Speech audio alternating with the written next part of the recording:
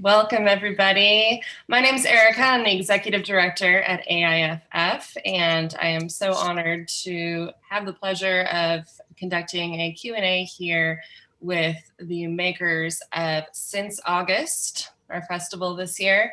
I'm joined by director Diana Zuros, as well as Sabina Akhmedova and Antoinette Abbamonte, who both star in the film.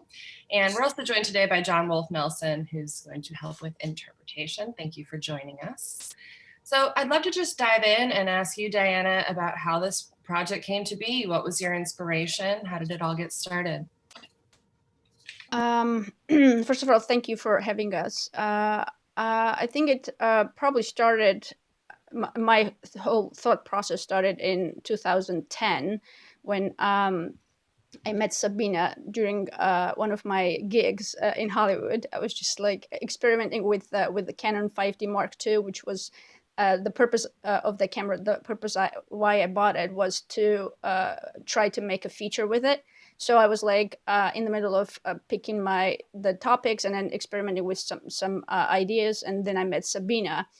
And for some reason, like she sparked my inspiration, and so one of the topics I was experimenting with was when I lived in Hollywood, my building overlooked a neighboring building, and I could see a neighbor through a window, and then I would observe this person go about his day, and he had no idea somebody was watching him. So that's where like binocular spying aspect came into play. And then I met Sabina, and she also, like I told her before, that she also, with her personality and her presence and her characteristics as a human being, inspired this character for some reason. I don't know, like I just saw these flashes of images of her being in this film. And so part of the whole idea was part of my imagination, then Sabina's like added inspiration. And then when I was writing the script, I met with a friend of mine, and then we got to talking, and I told her about this idea, and then she told me that it resonated with her deeply. Her name is Elizabeth Lester, and so she then became like a source of my research when I was doing, because some of the topics from the story resonated with her own personal life and her past. So she became my added inspiration, and then it kind of came all together. And then as a thank you and an appreciation sign of appreciation, I named Sabina's character after her, Elizabeth Lester. So that's how like everything started.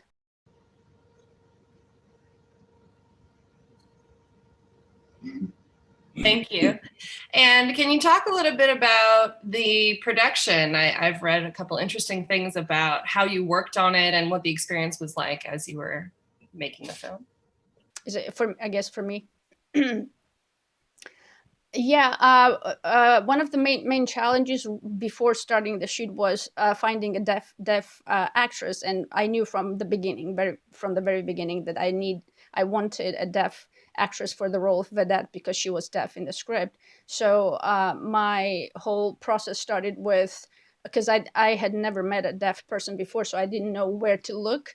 And then I just reached out to lots of friends, and then asked them to connect me with someone.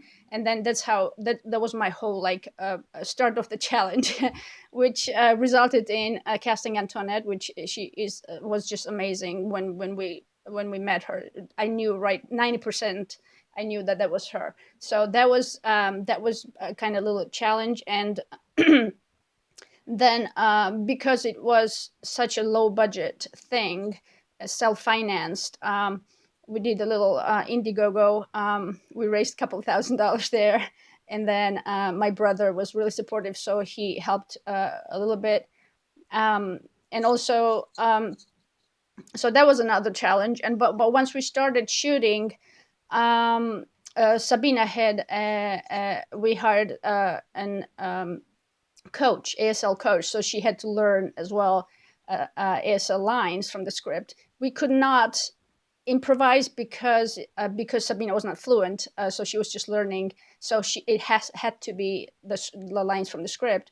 The whole production, it was initially the idea was to shoot for 3 weeks, as you know, always, but because of the low budget, it stretched over 8 months, and then I had to accommodate. I mean, rightly so, I had to accommodate everyone's availability, and then we would shoot 2 or 3 days a week and the weekends over the 8 months of period of time.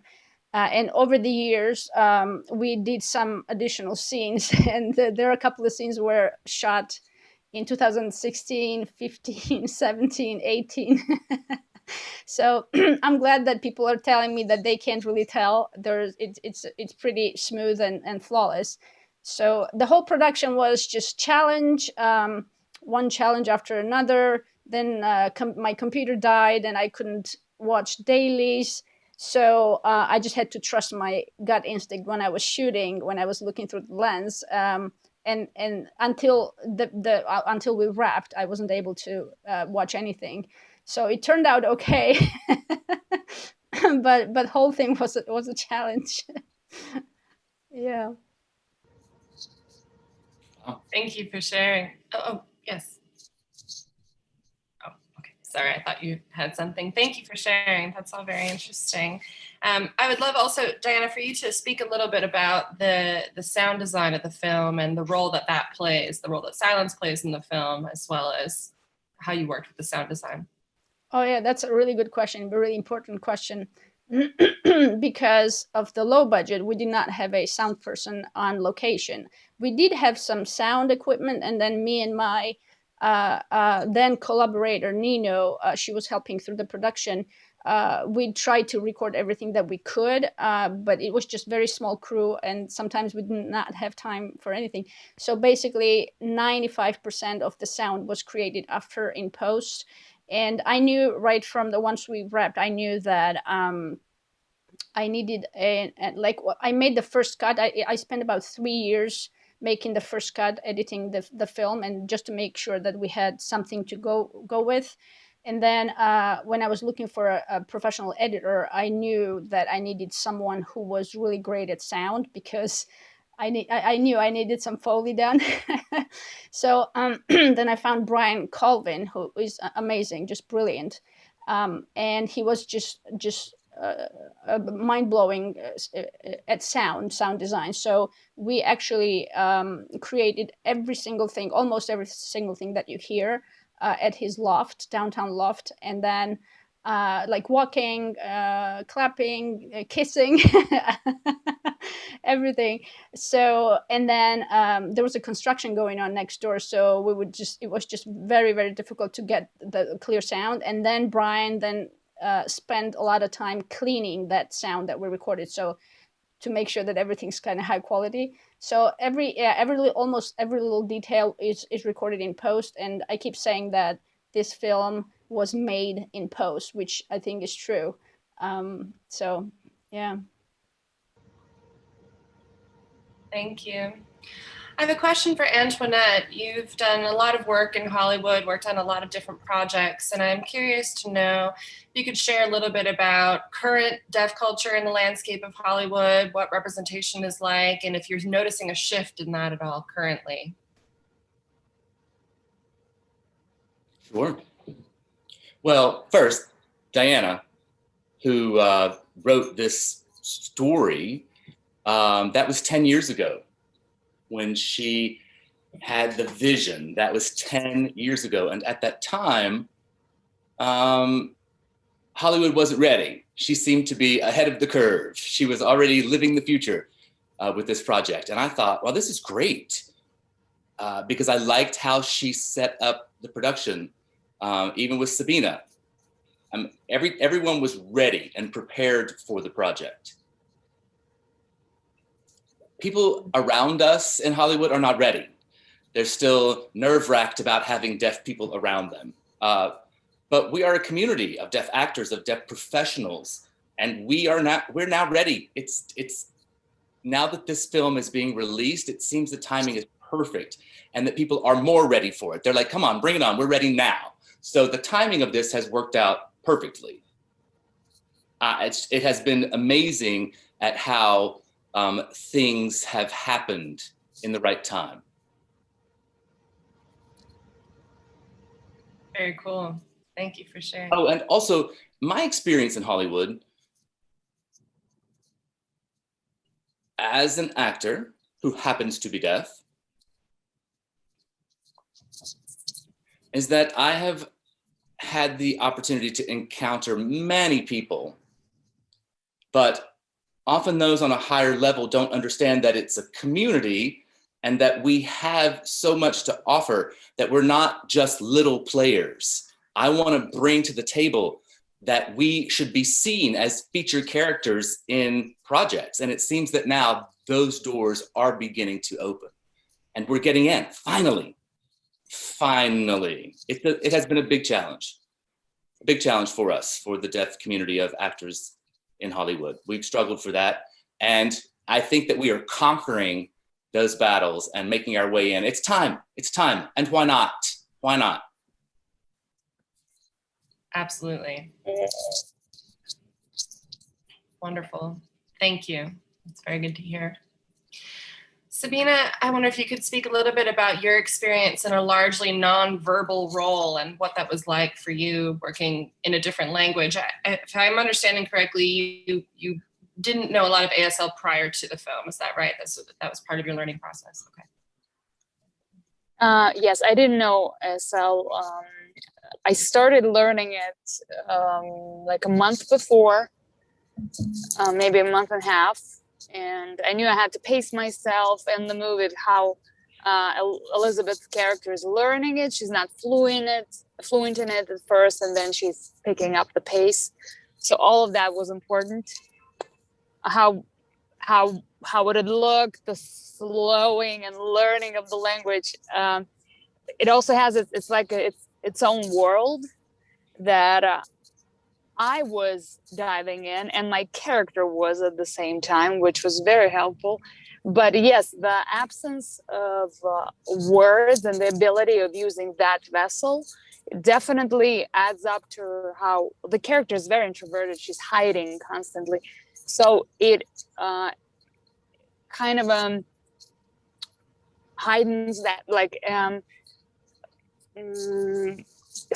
forces you to go deeper in what you experience inside and what the life of the character is inside, because all you have in expressing yourself is basically yourself, is just your face, your fingers sometimes, and your body. And me personally, I'm fond of that because I am kind of introverted myself, so I really enjoy that part of the character, that part of the research, the depth of it, actually, because it's a very complex character, very, very layered, and that whole world is inside. Everything is happening inside. So that really helped me. More helped me than it was a challenge. Yeah. Thank you for sharing. I would love to hear what's next from all three of you. What's coming up in terms of projects for you. Antoinette, would you like to lead us off? Yeah, I am the founder of a new production company called Mermaid Signature Productions, MSP. I hired a producer. I'm sorry, the name is, what? The name was what? Warren Zaid. And he is a producer of large budget films, big budget films. And I'm thrilled to have him join the team and be able to work with us. We're also working with writers. Dwayne Smith, who has written many books, novels, written for films as well. He's joined us. He's a ghostwriter for many well-known Hollywood projects, whose names we can't speak, but he's cool, and we're excited to have him aboard as well. So we're ready for that, ready to produce feature films. Oh, and to be able to hire more people who are deaf behind the scenes as well, doing camera, cinematography, actors in all facets through our company. I think it's really important to help open those doors. Absolutely. Very cool. One more time, that's Mermaid Signature Productions. Is that what you said? Name of the production company. Yep, Mermaid Signature Productions. Awesome. Thank you. We'll keep an eye out for that. Sabina, what are you working on? Great. Well, I'm currently in Russia. So I'm shooting in the middle of shooting 2 shows. It's a company called Start.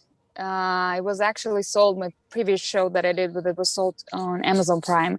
So we're doing these 2 new shows. Well, to keep it short, in one I'm like a street racer, like Fast and Furious character, and in the other one I'm a serial killer. So it's pretty much like a female serial killer. Yeah. So yeah, wow. It's pretty wide and wild. Very interesting. I'm really enjoying it. It's actually the industry here in Russia is also expanding and building the bridges with the US, which is so inspiring. And a lot of the Russian shows are being bought and shown on Netflix, on Amazon, and I'm really, really enjoying it. It's all for, getting together and breaking the walls. Love to see that. Awesome. And finally, Diana, what are you working on? What's next? I guess my work is not done on this film until it finds its home. But at the same time, I've been working. I started writing. When I write, I like to write a couple of different things, not only just one thing. So I'm working on 3 different concepts, and I tried to not repeat myself. So. This is my first feature, so there's nothing to compare it to. But I'm taking a stab at a comedy, and a horror. So we'll see. But yeah, they look promising in my head. So we'll see how they turn out. and I said it before. Now that I have experience working with Antoinette and other deaf actors. I promise, and I promised to Antoinette personally that every single project I will do from now on will have at least one deaf character and many other characters that are either disabled. I know hearing, not having hearing is not actual disability, but I do plan to include as many people that are called outcasts or like underdogs as possible. So we'll see how that turns out. Fantastic. Well, we hope to see more work from all of you in the festival in the future. Thank you so much for joining us. It's been an honor sharing this time with you. Thank you for having us. Yes, absolutely. Thank you. Yes, thank you so much.